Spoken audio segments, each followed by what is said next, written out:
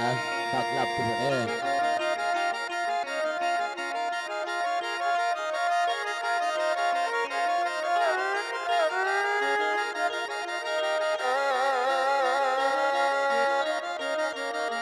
โอ้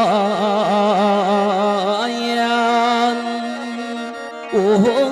โอ้ย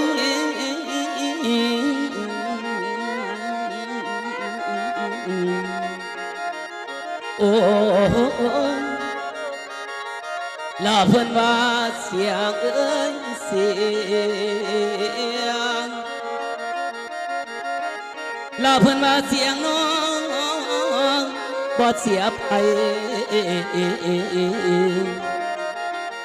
ลาบ่เสียใจคือเล่าเฮียลายายเอ้ยลาแฟนเอ้ยแฟนละน้ำสุรางมันสัตย์ซื่อให้กว่าเมียละเกียนย้ำใดได้นังซื้ออ๋อเออเออจนลืมบ้านแม่ไว้คืนไว้น้องละแฟนเออเวนอเวนอา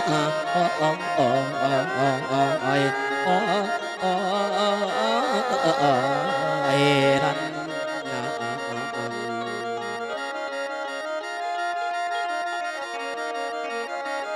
ละมาบ้าดีพงใส่ได้กาเบาเด้อกาเบาชีวิตก่อแต่ข้าวร่างอีแล้ว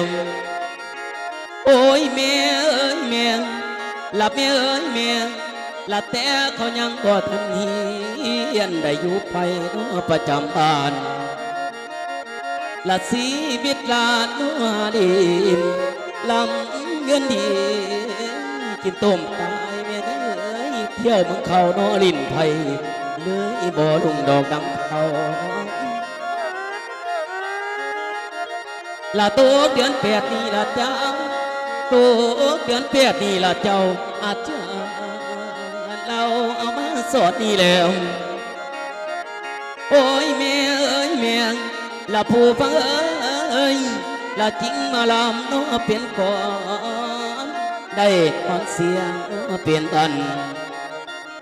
ละลามเหียนในคืนนี้จากคนเอ๋ผู้เพื่อนแต่มอบให้แฟนอยู่นานจากพ่อผดวนสาธุเด้อสาธุเด้อนี่แสนป่าปื้มเด้อป้าปื้มได้มาอยู่หน้าเวทีนี่แล้วโอ้ยผู้ฟังเอ้ยไปแสงสีเด้อหรูหราผู้สุขคนคงจำได้มือนี่มาโน้เสนอให้ในนิทานทองเรื่องยาย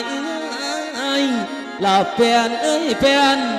จังคอยเมื่อยามมือเศร้าบ้งแก้วจอยเด้อแม่ป่าให้จำ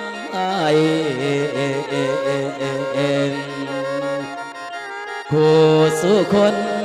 ให้จำไว้ผู้สุคน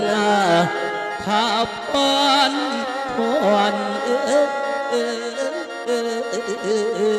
โอ้โอ้ยวินโอ้ยน้องโอ้ยลัน